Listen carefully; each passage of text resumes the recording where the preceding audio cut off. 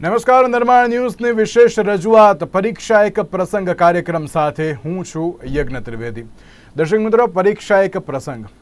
જ્યારે પરીક્ષા આવતી હોય ને તો હું દર વખતે આ શોમાં તો કહું છું, હું આજે પણ એટલા માટે જ કહીશ, કારણ કે પરીક્ષાને છે ને પ્રસંગ તરીકે તો કોઈ ના લેતું હોય.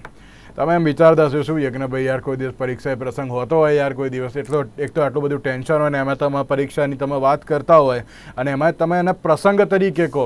હા, કોઈના ઘરે મેરેજ હોય કે એવું કંઈક હોય તો આપણે એને પ્રસંગ કહી શકીએ, પણ આને પ્રસંગ અત્યારે તો ના જ કહેવાય, કારણ કે એક એમ કહેવાય ને કે પરીક્ષાનું નામ સાંભળીને એક ટેન્શન આવી જતું હોય છે. પણ આમાં ટેન્શન લેવાની જરૂર નથી, આ લેવું પણ પડે, કારણ કે પેલું કહેવાય ને કે ના ભણવાનું હોય, સમજદારીપૂર્વક અત્યારે જે ક્વેશ્ચન્સ જે લખ્યા હોય તેનો આન્સર પણ આપણે આપવાના હોય, પણ સ્ટ્રેસ એટલો બધો લઈ નહીં લેવાનો કે જેના કારણે તમારી પરીક્ષા બગડે. પરીક્ષા બગડે તેવું અત્યારે નહીં કરવું.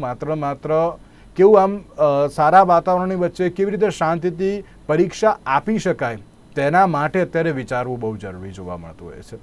પરીક્ષા એક પ્રસંગ ઉપર ચર્ચા વિચારણા કરીશું. ચર્ચા વિચારણા કરવા માટે અમારી સાથે જોડી ગયા છે રાજેન્દ્રભાઈ ઉપાધ્યાય, કે જેઓ શિક્ષણવિદ છે. રાજેન્દ્રભાઈ, સૌથી પહેલાં તો આપનું સ્વાગત છે. નમસ્તે રાજેન્દ્રભાઈ, મારે શરૂઆત એનાથી કરવી છે કે પરીક્ષા એક પ્રસંગની આપણે વાત કરીએ છીએ. આપણે એમ કહેવાય ને કે ના પરીક્ષાને પ્રસંગ તરીકે અત્યારે તો ઉજવવી જરૂરી છે કે માણવી એ બહુ જરૂરી છે, પરંતુ અત્યારે વિદ્યાર્થીઓ વિચારતા હોય છે ને પરીક્ષાને અત્યારે હળવાશપૂર્વક કેવી રીતે લેવી, કારણ કે પરીક્ષા આવતી હોય ત્યારે સૌથી મોટું એમ જ હોય છે કે ના ટેન્શન અત્યારે તો આવી ગયું કે ત્યારે કેવી રીતે ભણીશું, શું કરીશું, શું નહીં. સૌથી પહેલાં પરીક્ષાને એક પ્રસંગ તરીકે કેવી રીતે લેવું જોઈએ, આપની પ્રતિક્રિયા?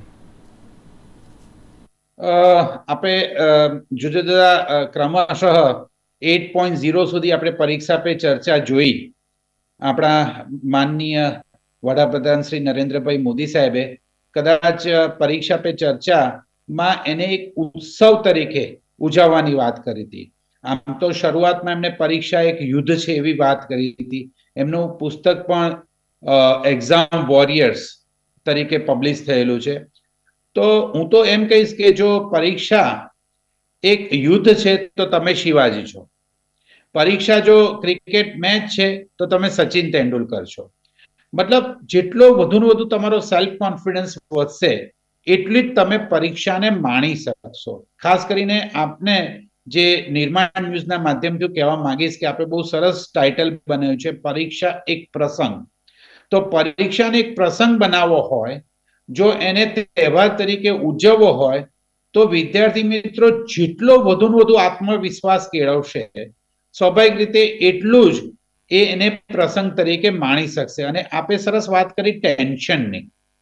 આપણે અહીંયા ટેન્શન કરતા સ્ટ્રેસ શબ્દનો ઉપયોગ કરીએ, અને થોડો ઘણો તો સ્ટ્રેસ જરૂરી છે જ, જે તમને સિન્સિયરિટી અને સિરિયસનેસ આપે છે. એટલે થોડો ઘણો તો સ્ટ્રેસ હોવો જોઈએ. પણ તકલીફ એ છે કે આપણે દુખે છે માથું ને કૂટે છે પેટ, એના જેવું થાય છે. વિદ્યાર્થી મિત્રો અત્યારે જે સ્ટ્રેસમાં છે એ માટે જે ટ્રેનરો પાસેથી જે બી સુગર કોટેડ ક્વિનાઇન લઈ રહ્યા છે, જે બી વેક્સિન કે ઇન્જેક્શન લઈ રહ્યા છે, એ તદ્દન ખોટા સાબિત થાય છે. કારણ કે આ જે સ્ટ્રેસ છે એ ઈ સ્ટ્રેસ છે. કારણ કે અત્યારે ઇલેક્ટ્રોનિક ડિવાઇસના યુગની અંદર વિદ્યાર્થી મિત્રોનો સ્ક્રીન ટાઈમ ઇવન એક્ઝામના દિવસોમાં પણ 1 કલાકથી તો ઓછો નથી જ. એને લીધે એમને ઈ સ્ટ્રેસ અનુભવાય છે. તો આ ઈ સ્ટ્રેસ માટે એ લોકો ધારો કે જ્યારે પણ ભણવા બેસે, ઘણા બધા મિત્રો તો ઇલેક્ટ્રોનિક ગેજેટ્સથી પણ ભણતા હોય છે, જુદી જુદી વેબસાઇટ ઉપરથી માહિતી મેળવતા હોય છે, જુદા જુદા એમના પ્રોબ્લેમ સોલ્યુશન્સ કમ્પ્યુટર પાસેથી લેતા હોય છે. તો એવે સમયે એમણે ખાસ કરીને એમના ડાબા પગનો જે ઘૂંટણ છે એ ઘૂંટણ ઉપર બહુ જોરથી કસીને એક નેપકિન બાંધી દેવું જોઈએ, અને શક્ય હોય તો એ નેપકિનને ઠંડા પાણીમાં બોળી રાખવું જોઈએ થોડો સમય, અને પછી એ બાંધી દેવું જોઈએ. પછી અહીંયા આપણે T20 અને એની મેચ જોતા હોઈએ છીએ. અહીંયા તમારે T50 50 મિનિટ થાય એટલે સ્વાભાવિક રીતે નાની સરખી હળવી કસરત કરવી જોઈએ. ન કરી શકો તો કમસે કમ ઊભા થઈને 2-5 મિનિટ ચાલવું જોઈએ. જો આપ ઇલેક્ટ્રોનિક ગેજેટ પર બેઠા છો, કમ્પ્યુટર પર બેઠા છો, પીસી કે લેપટોપ પર બેઠા છો, કે આ મોબાઈલ પર બેઠા છો અને એમાં ઉપર તમે કંઈક કામ કરેલું છે, તો સ્વાભાવિક રીતે તમારે શક્ય હોય તો 20 મીટર જેટલું દૂરનું જોવું જોઈએ કે જેથી આંખો એકદમ શોર્ટ જે અંતર જોવે પછી લોંગ અંતર જોવે એટલે આંખોને એક નાની સરખી હળવી કસરત થઈ જાય. જુદા જુદા વિષયોની વાંચન કરતા લેખન પર વધારે મહાવરો આપવો જોઈએ અને શક્ય હોય તો જે તમારો ટાઈમ છે, આપણે ધારો કે ગુજરાત બોર્ડની પરીક્ષાનો પ્રસંગ જોઈએ તો જે 27 ફેબ્રુઆરીથી શરૂ થવાનો છે, તો ધોરણ 10 માટે જે ટાઈમ હોય 10:30 થી 1:30નો અને ધોરણ 12 માટે જે ટાઈમ હોય 3 થી 6, એ દરમિયાન એ જો લખવાનું કામ કરે વાંચવા કરતા. ઘણા લોકો તો 3 થી 6 માં સુવાની ટેવ હોય, 4 વાગે ચા પીવાની ટેવ હોય, તો સ્વાભાવિક રીતે એ લોકો એ સ્ટ્રેસ અનુભવે છે નવા વાતાવરણમાં પરીક્ષા દરમિયાન. ચા ના પીએ તો ઊંઘ તો ના જ આવે પણ થોડી સુસ્તી આવી જાય છે. તો આવા સમયે એ લોકો જો આવી નાની સરખી બાબતોનું ધ્યાન રાખશે તો ચોક્કસ એ પરીક્ષાને પ્રસંગ તરીકે માણી શકશે. અને રાજેન્દ્રભાઈ, એક બહુ હવે મહત્વનો સવાલ. આપણે એમ કહેવાય ને કે ધોરણ 10 હોય કે ધોરણ 12 હોય, વિષયો ઘણા બધા હોય, સમય અત્યારે હવે ઓછો છે. આપણે એમ જ કહેવાય કે ના, સમય ઘણો ઓછો છે. તો અત્યારના સમયમાં વિદ્યાર્થીએ કયા પ્રકારની તૈયારીઓ કરવી જોઈએ કે જેનાથી તેમને પણ અત્યારે કોઈ પણ પ્રકારનો એમ કહેવાય ને કે સ્ટ્રેસ ભેગો ના થઈ જાય? અમુક સમય અમુક વિષયને ફાળવવા એ બહુ જરૂરી હોય છે. એમ કહેવાય ને કે જો તમારું મેથ્સ અત્યારે તો ઘણું સારું છે તો તમારે સાયન્સ ઉપર ફોકસ કરવાનું છે, તો ત્યાં ક્યાંક થોડોક વધારે સમય આપવો જોઈએ. તેમાં ટાઈમ મેનેજમેન્ટ અત્યારે તો કેવી રીતે કરવું જોઈએ? જો પહેલી વાત તો હું કહીશ કે આ પ્રયાગરાજનો મહાકુંભ પૂર્ણાવતીના આરે છે અને પરીક્ષાનો મહાકુંભ શરૂઆત થઈ રહ્યો છે ત્યારે, અને ખાસ તો મને બહુ સરસ યાદ આવે છે કે કોઠારી કમિશને એવું કીધું હતું કે ભારતનું ભાવિ તેના વર્ગખંડોમાં ઘડાઈ રહ્યું છે. તો આવું સમજો બરાબર છે કે વર્ગખંડમાં વિદ્યાર્થી હોય, પણ પછી આજની તારીખમાં યજ્ઞભાઈ આપની સાથે વાત કરું છું ત્યારે મને વિદ્યાર્થીની એ વાત આજે કે વર્ગખંડમાં વિદ્યાર્થીઓ નથી, હવે પરીક્ષાર્થીઓ છે. આખું વર્ષ વિદ્યાર્થીઓ વિદ્યાના અર્થી રહ્યા, પણ હવે એમનું જ્ઞાન પરીક્ષા અર્થી થઈ ગયું. મતલબ હવે જ્ઞાનની વાતો નથી એમને જોઈએ, અન્ડરસ્ટેન્ડિંગની વાત જોઈએ છે. એમને જે પૂછાવાનું છે એની વાત જોઈએ છે. તો વિદ્યાર્થી મિત્રો, આજના દિવસે જ આપ બેસીને દરેક વિષયવાર, ભલે કલાક થાય 2 કલાક થાય વાંધો નથી, ટેક યોર ઓન ટાઈમ અને નક્કી કરી દો કે કયા વિષયમાં તમે લેકિંગ છો. ધારો કે અંગ્રેજીમાં મને ગ્રામરનો ટેન્સનો ટોપિક નથી આવડતો, ગુજરાતીમાં મને આ ચેપ્ટર નથી આવડતું, કોઈ બી મેથ્સની અંદર આ મેથડના દાખલા નથી આવડતા, એવું એક નક્કી કરી નાખો તમે. આમાં થાય છે શું? પરીક્ષાનો પ અને પરિશ્રમનો પ, અને પરિશ્રમથી જે મળવાનું છે પારસમણી, એનો પણ પ. હવે પરિશ્રમથી પારસમણી મળે છે પણ હાર્ડવર્કથી નથી મળતું, સ્માર્ટ વર્કથી મળે છે. મહેનત કરે, મજૂરી કરે તે મજૂર, મહેનત કરે એ માનવી, અને પરિશ્રમ કરે એ પરીક્ષાર્થી. એટલે આપણે થોડું સ્માર્ટ વર્ક કરવા માટે જે તે વિષય શિક્ષકને આપણે ફોન કરીને કે કોઈ પણ રીતે એમને કહેવાનું કે મારે આ શીખવું છે, તો મને એનું તમે અને પૂછી લેવાનું કે કેટલા વાગે હું શીખવા આવી શકું અને હું કેટલો સમય લાગશે. કારણ કે તમારે હમણાં તમે સરસ શબ્દ મૂક્યો, ટાઈમ મેનેજમેન્ટ. તો સમયનું આયોજન કરો, તો સમયનું આયોજન એટલે એવું નથી કે મારે આ સેક્શન આટલા ટાઈમમાં પૂરું થાય, સેક્શન બી આ, એવું નથી. એને કીડીને કણ હાથીને મણ. તમે માર્ક્સ જુઓ. તમને એક બહુ મજાની વાત કરું, વિદ્યાર્થી મિત્રો અત્યારે બીજા મિત્રોની સાથે રહે છે કારણ કે જેથી એમનો સ્ટ્રેસ ઓછો થાય. અને જ્યારે વિદ્યાર્થી મિત્ર કે મને આ નથી આવતું, ત્યારે પેલાનો સ્ટ્રેસ ઓછો થાય, ચલો મને નથી આવતું, હું એકલો નથી, આ પણ છે. આ સમદુખ્યાની વાત છે. પણ હું તમને એ વાત કહેવા માંગુ છું કે એ વખતે એને એના દુશ્મનોને ઓળખી લેવા જોઈએ. તમે બહુ સરસ પ્રશ્ન મને પૂછ્યો ટાઈમ મેનેજમેન્ટનો. તો ટાઈમ મેનેજમેન્ટની તો આપણે એક સિમ્પલ વાત કરી કે આપણે માર્ક્સ પ્રમાણે મેનેજમેન્ટ કરવાનું છે કે આ આટલા માર્ક્સના ક્વેશ્ચન આટલો સમય આપી શકાય. આપણે સેક્શન નથી કે આ સેક્શન પતી, એમ તો ઘણા સેક્શન નાના હોય તો 15 મિનિટમાં 2 સેક્શન પતી જાય, અને બહુ મોટું સેક્શન હોય તો અડધો કલાકમાં ના પૂરું થાય. એટલે આપણે માર્ક્સ પ્રમાણે. હવે કીડીને કણ હાથીને મણ. હવે બીજી એક વાત કે વિદ્યાર્થી મિત્રોએ એમના છુપા દુશ્મનને ઓળખી લેવા જોઈએ. છુપા દુશ્મનની વાત હું એક મોટો દુશ્મન પછી કહું છું, પણ એક નાનો દુશ્મન કહું. સમય મેનેજમેન્ટની વાત કરીએ એટલે ટાઈમ મેનેજમેન્ટની, તો આપણે દુશ્મન એવા છે કે જે ક્વેશ્ચન તમે 2 કે 3 માર્કનો તૈયાર કર્યો છે, શોર્ટ ક્વેશ્ચન, એ પરીક્ષામાં પૂછાય પણ ખરો, પણ 5 કે 6 માર્કના નિબંધ પ્રકારના લોંગ ક્વેશ્ચન લાંબા પ્રશ્નમાં પૂછાઈ જાય. આ દુશ્મન છે. બીજો એક દુશ્મન છે કે જે તમે 5 થી 6 માર્ક્સ માટે લોંગ ક્વેશ્ચન નિબંધ પ્રકારનો એસે ટાઈપ ક્વેશ્ચન તૈયાર કર્યો છે અને તમને 2 કે 3 માર્ક્સમાં પૂછાય. હવે યજ્ઞભાઈ પ્રેક્ટિકલી જોવા જઈએ તો આપણા માટે તો પેલું અઘરું પડે કે આપણે 2 કે 3 માર્ક જેટલું જ મેટર તૈયાર કરીને 5 કે 6 માર્કમાં શું લખશું. પેલું તો બહુ સહેલું કે 5 કે 6 માર્ક લાંબુ પડતું તૈયાર કર્યું છે, વધારાનું તૈયાર કર્યું છે, ને પૂછાયું છે ઓછામાં તો ઓછું લખીશું. હકીકતમાં વિદ્યાર્થી મિત્રો માટે દુશ્મન પેલો સાબિત થાય છે કે જે 5 થી 6 માર્ક્સનું મોટું તૈયાર કર્યું છે નાનું કરવાનું. કારણ કે વિદ્યાર્થી મિત્રની શું છે માનસિકતા કે જેમ વધારે લખીએ વધારે માર્ક્સ મળે. પણ જયારે 2 માર્કનો પ્રશ્ન છે 4 પોઈન્ટ લખશો તો 2 માંથી 2 માર્ક્સ મળી જ જવાના છે. તો 6, 8 કે 10, 12 મુદ્દા લખવાથી તમને 2 માંથી 3 કે 4 કે 6 માર્ક્સ મળવાના નથી. વિદ્યાર્થી મિત્રને ખરેખર પેલા 2 કે 3 માર્ક જેટલું ટૂંકું તૈયાર કર્યું હોય એને લાંબુ કરવાનું હોય તો એકનું એક લખીને એને લખતું લખીને ગમે તેમ કરીને એ લોકો 6 માર્ક્સનું મેટર તૈયાર કરી શકે. એ પાવરધાર છે, આ એક કલા છે.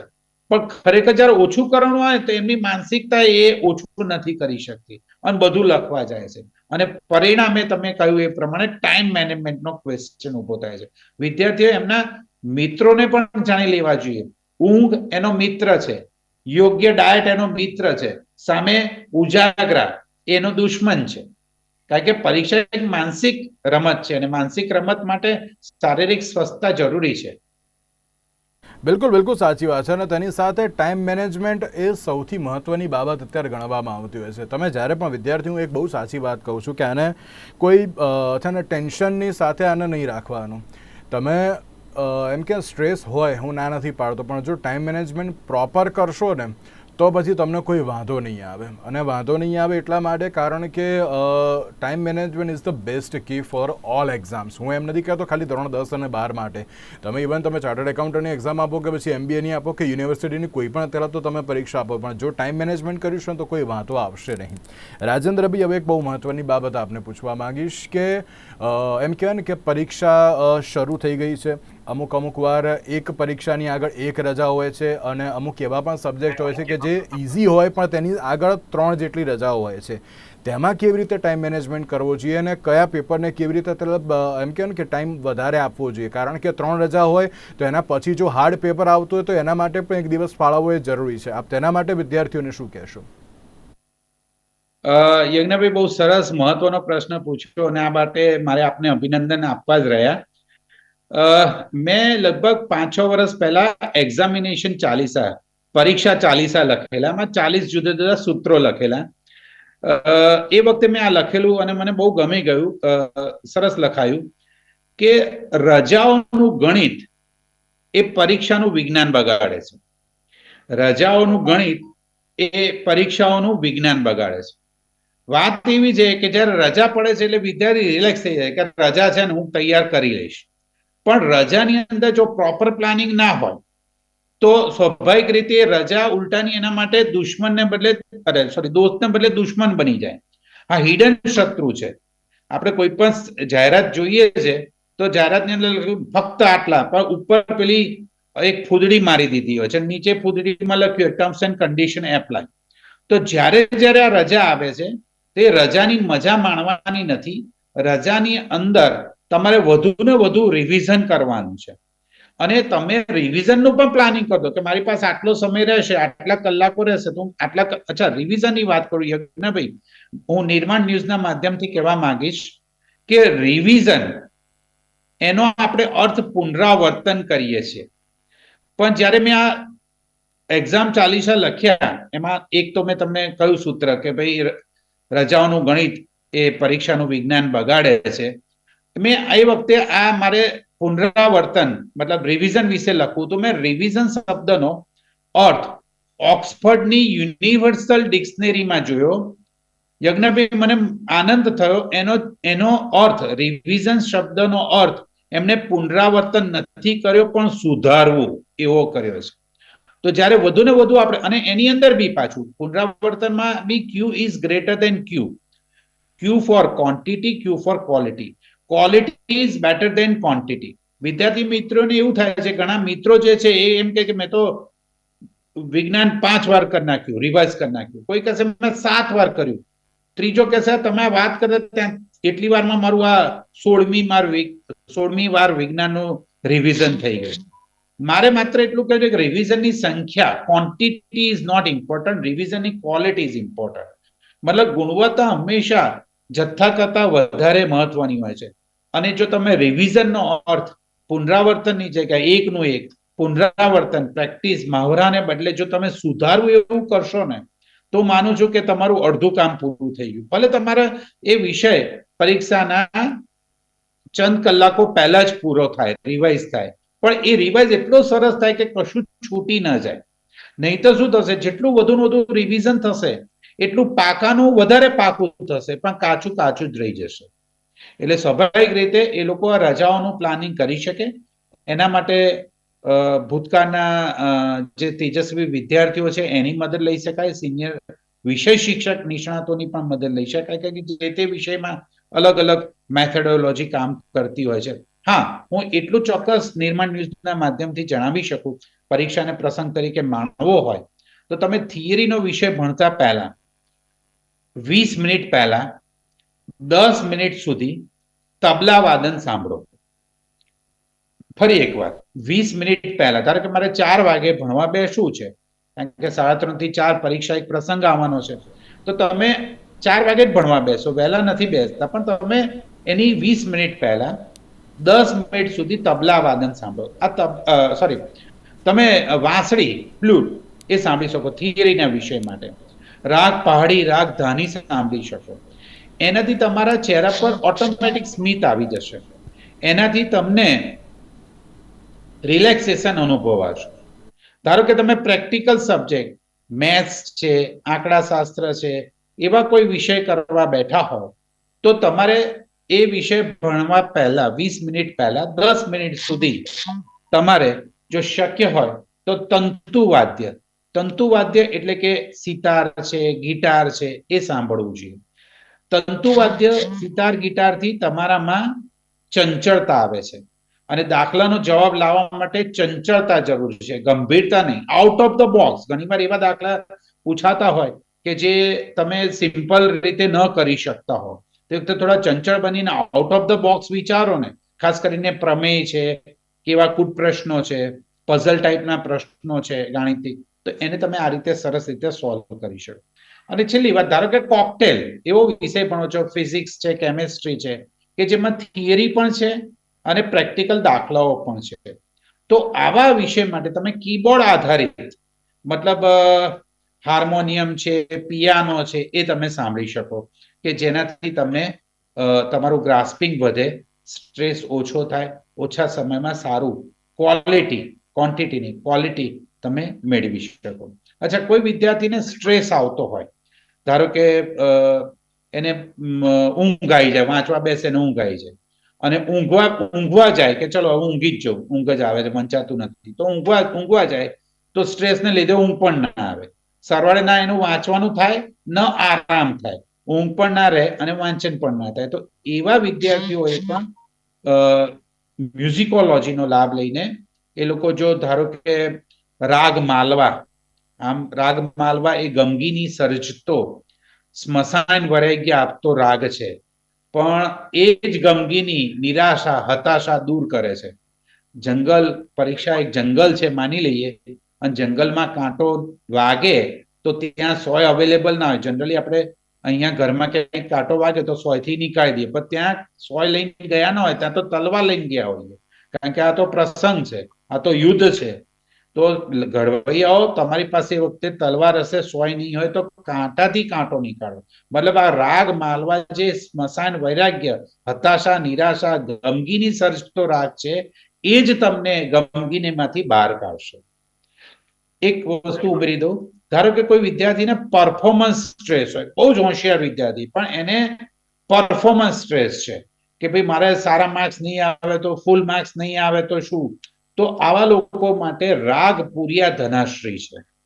તો આવા રાગથી આપને ખ્યાલ હશે જ કે એવા ઘણા પ્રયોગો પણ થયા છે કે ભાઈ અમુક પ્રકારના રાગ રાગિણી કે સંગીત ચાલતું હોય અને એ સમયે ગાયને દોવામાં આવે તો ગાય દૂધ વધારે આપે છે. તો સ્વાભાવિક રીતે તમે આ સંગીતનો પણ ઉપયોગ કરી શકો. અને ખાસ કરીને જે વિદ્યાર્થીઓ ઓડિટરી છે, વિઝ્યુઅલિસ્ટિક અને કિનેસ્ટિક કરતા ઓડિટરી વધારે છે, એવા વિદ્યાર્થીઓને તો આ સંગીત મ્યુઝિકોલોજી બહુ જ ઉપયોગી સાબિત થશે. બુસ્ટર ડોઝ બની જશે એમના માટે વેક્સિન રૂપી. એક છેલ્લો પ્રશ્ન થોડું ટૂંકમાં મને કહેજો રાજેન્દ્રભાઈ. ખબર નહીં કેમ પણ એક્ઝામની પહેલાં અમુક મોસ્ટ આઈએમપી ક્વેશ્ચન્સ આવી જતા હોય છે. ક્યાંથી આવે છે તો હવે કોઈને નથી ખબર, પેપર ફૂટી જતું હોય છે કે શું હોય છે એ પણ નથી ખબર હોતી. પણ એ વખતે વિદ્યાર્થીઓ ક્યાંક કન્ફ્યુઝ થઈ જાય છે રાજેન્દ્રભાઈ. એ લોકો એમ વિચારે છે કે ભાઈ મેં આ નથી કર્યું તો આ આવી જશે તો હું શું કરીશ, કેવી રીતે હવે અત્યારે હાલ તેની ઉપર ફોકસ કરીશ. વિદ્યાર્થીઓને આપ છેલ્લે એક મેસેજ આઈએમપી ક્વેશ્ચન્સ માટે શું આપશો આપ?